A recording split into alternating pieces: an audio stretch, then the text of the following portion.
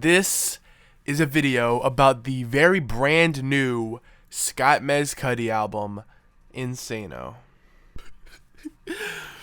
The long-awaited 9th solo studio album, right? And 1, 2, because I like people heaven, back in the land. Man on the moon, 3. Ninth solo studio album from none other than Kid Cudi, who at one point was the man, the myth, the legend. One point he was in the upper zeitgeist of music. At one point, for those who don't know, he has a couple very classic albums, starting out with one of the greatest debut albums ever, being Man on the Moon 1. This incredible emotion-filled album. But that's not what we're here to talk about, because that was 15 years ago. This album came out last night, 2 nights ago, and I listened to it last night, begrudgingly. I didn't want to listen to this album, because this has been delayed for like 2 years. It got leaked like a year ago. Everybody said it's terrible. I knew it was going to be bad, because Kid Cudi hasn't dropped a really good album in 10 years. Honestly, I knew what I was going to get here. Nobody was surprised when this album was very much below par. It's this super weird blend of Kid Cudi thinking he can rap over like trap beats that were made for Young Thug and Yachty. He tries to put on this like future persona, like the rapper, as if he has no care in the world and all he does is have sex, and it's not any of the emotion-filled lyrics or harmonies or anything that made the old Kid Cudi albums good. Like when you listen to Man on the Moon 1 and like Soundtrack to My Life, and he's like, I'm paranoid like a sixth sense. Since my dad died, I ain't been right since. He's straight to the point with what he's trying to say, and he's talking about these depressive things over these happy instrumentals, and it's a beautiful album. But ever since then, it's just gotten worse. Literally for 10 years. If you've never listened to Speeding Bullet to Heaven that came out in 2015, I envy you in a lot of ways. This album is one of the worst I've ever listened to. INSANO doesn't fall far behind at all. It starts out with the DJ Drama intro, which is another thing to me. Having a DJ Drama intro on a studio album in 2024 that's not, when you're Kid Cudi, like when Tyler does it, it's pretty cool, because it's a very super braggadocious album from this person who's still seen as a kid and who is really like that, and he's really living that life, and the bars on that album hold up. But when you're Kid Cudi, who has spent the last 10 years in and out of mental hospitals and in and out of working, it just doesn't seem very applicable to me. But to be fair, this intro actually isn't bad. This intro is actually pretty cool. It's one of my favorites on this album. Like, I was having a positive reaction to it, and I was like, maybe I'm hopeful. Maybe Kid Cudi, after 10 years, decided to lock in and make a good album. But I was very, very quickly proved wrong, as I expected. Okay, actually not bad. Not bad. What is this? With track 2, Keep Bouncing, where he's just rapping about women bouncing on him at the age of 40. It's just so it sounds so out of touch. It sounds like he has no clue. I mean, obviously that you shouldn't make music for what people want, but this doesn't sound like music he wants to make. He sounds very lazy on it. He sounds so uninterested in what he wants to do. Everything sounds uninteresting about this album. Like, everything is like uninspired, and there's no feeling to it. There's a lot of things are like in one of my ears and out of the other. There's no memorableness to it in like any way. And several of the songs are just downright just terrible. Get Off Me was a cool song. Obviously the Travis Scott feature was nice, but that's the only thing I remember about the song, even if that. And a lot of these songs, the beat, like I said, just is there. The beat is something that seems like an afterthought. I mean, obviously, some of these songs are produced by the producer Benny X, who is obviously very good.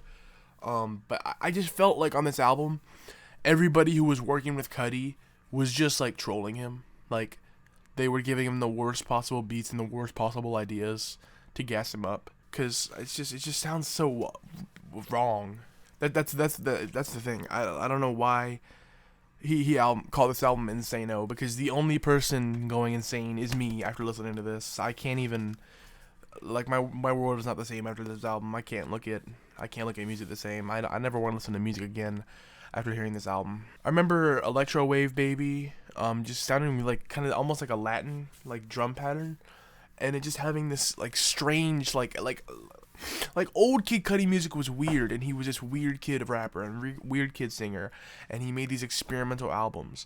This is just nothing. This is absolutely nothing of interest. This is nothing of anything. This is no substance. This is no ideas. This is no groundbreaking lyrics.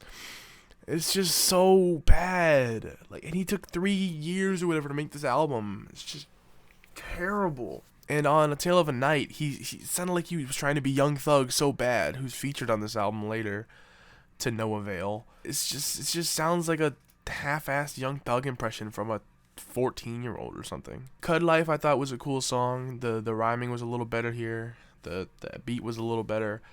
It's just still nothing to write home about, really. Like, there's no there's no word for me to say to describe this album.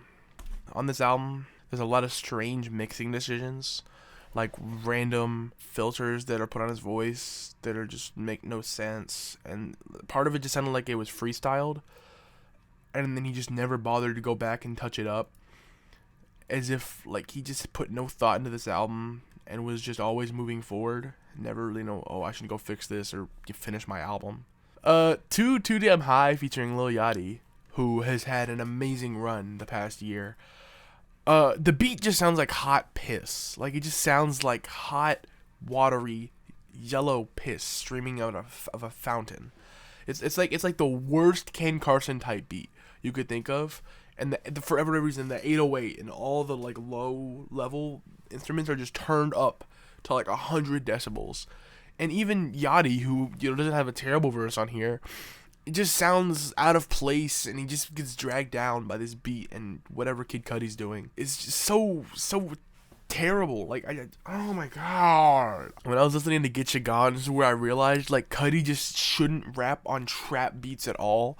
I don't know who has brainwashed him into thinking he can do that, like, for whatever reason. Thinks he's some, like, dude from Atlanta. Like, it's so terrible. Like, now, at the party was my beacon of hope for this album. I was hoping, oh my god, okay, if anybody can save a terrible album, it's Pharrell Williams and Travis Scott. Pharrell, over his 30 years, has a near flawless track record. Like, come on, we can do this, right? And he produced this song.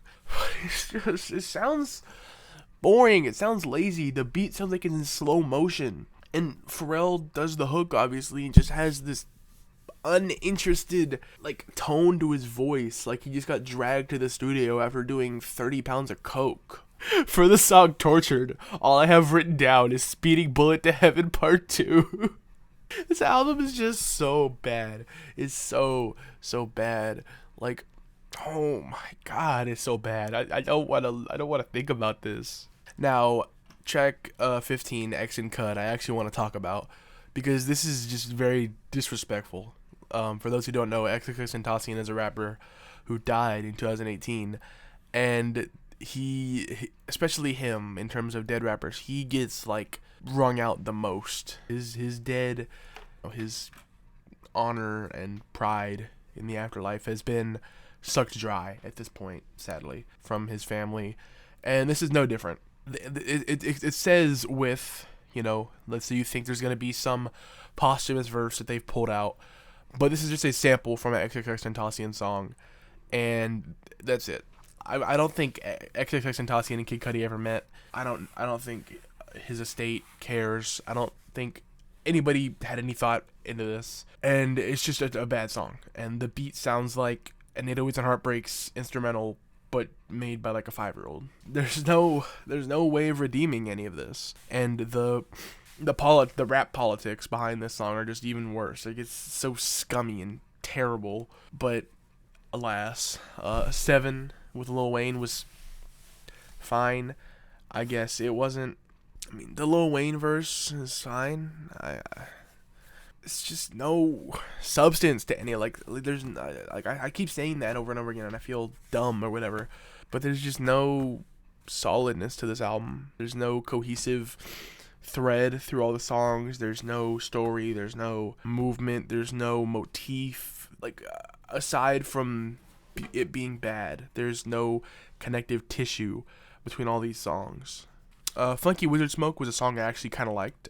Obviously, it still has its insano flaws, but it was one of the only songs that was actually tolerable here. Like, I thought it was pretty nice. Like I prefaced before, this Young Thug feature is absolutely nothing. It's bad. Porsche Topless was a single released a while ago.